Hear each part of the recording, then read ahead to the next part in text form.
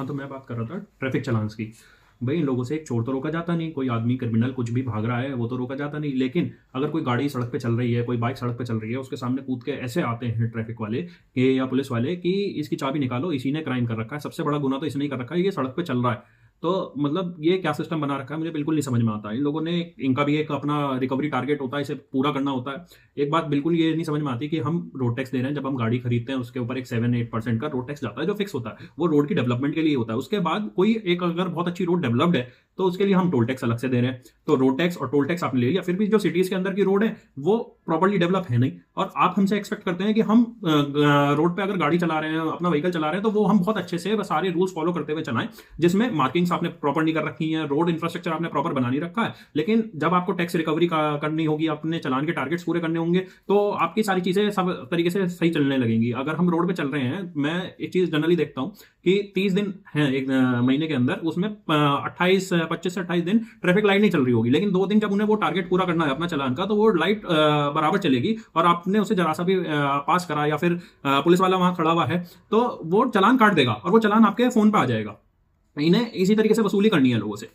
एक मुझे हमारे देश के अंदर रिजर्वेशन सिस्टम बिल्कुल भी समझ में नहीं आता। जब हमारा देश आज़ाद हुआ था उस समय रिजर्वेशन सिस्टम की जरूरत थी, ये बात मुझे बहुत अच्छे से समझ में आती है। लेकिन वो टाइम टू टाइम वो रिजर्वेशन सिस्टम डिक्लाइन होना था ना, कि उसमें जो इंटेंट था पीछे, अगर हम लॉ भी पढ़ते हैं तो उसमें पीछे एक इंटेंट देखा जाता है कि उसे लाने का मकसद क्या था। तो जो रिजर्वेशन सिस्टम आया था हमारे देश के अंदर, उसका इंटेंट तो यही था कि हमें जो डिस्पैरिटी है, जो डिवाइडेशन है, जो भेदभाव है, वो खत्म करना है। लेकिन आप टाइम के साथ रिजर्वेशन सिस्टम को बढ़ाते ही जा रहे हैं, वो रिजर्वेशन को बढ़ाते ही जा रहे हैं, तो लोगों के बीच में कभी ये डिवाइडेशन तो खत्म होगा नहीं, और वो आपका एक वोट बैंक पॉलिटिक्स की तरह काम करता है कि जब भी आपको वोट्स चाहिए होते हैं, कुछ चाहिए होते हैं, आप उस रिजर्वेशन सिस्टम में थोड़ा सा फेरबदल कर देते हैं, और एक क्लास ऑफ पीपल को सेटिस्फाई करने के लिए, उनके वोट बैंक पॉलिटिक्स को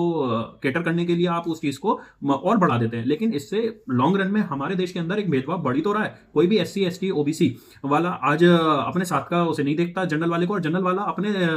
समान अंतर पे, इक्वलिटी पे उसे नहीं मानता SC ST OBC को, क्योंकि आपने जो मार्क्स हैं उसके अंदर उन्हें एक ऐसा रिजर्वेशन सिस्टम दे रखा है कि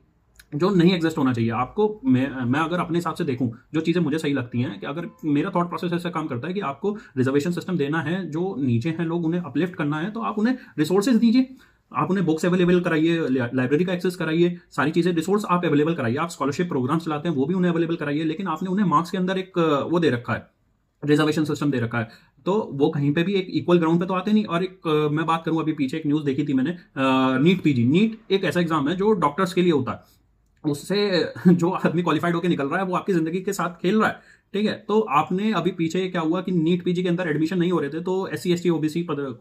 कैटेगरी थी, उसके अंदर आपने -40 का क्राइटेरिया रख दिया कि इसमें आपका एडमिशन अलाउड है। मतलब -40 में एक आदमी अगर एग्जाम में खाली भी बैठ के आ रहा है तो भी उसका 0 नंबर आ जाएंगे, लेकिन -40 वाले को आप एक एडमिशन दे रहे हैं, वो किस हिसाब का डॉक्टर बनेगा। और आप फिर कैसे ये चीज एक्सपेक्ट कर सकते हैं कि एक जनरल डॉक्टर एक SC ST OBC डॉक्टर को अपने इक्विवेलेंट देखेगा। ये चीज तो कभी होने की नहीं, वो चीज टाइम टू टाइम बढ़ेगी। मैं समझता हूं कि आप लोगों को ये टाइम टू टाइम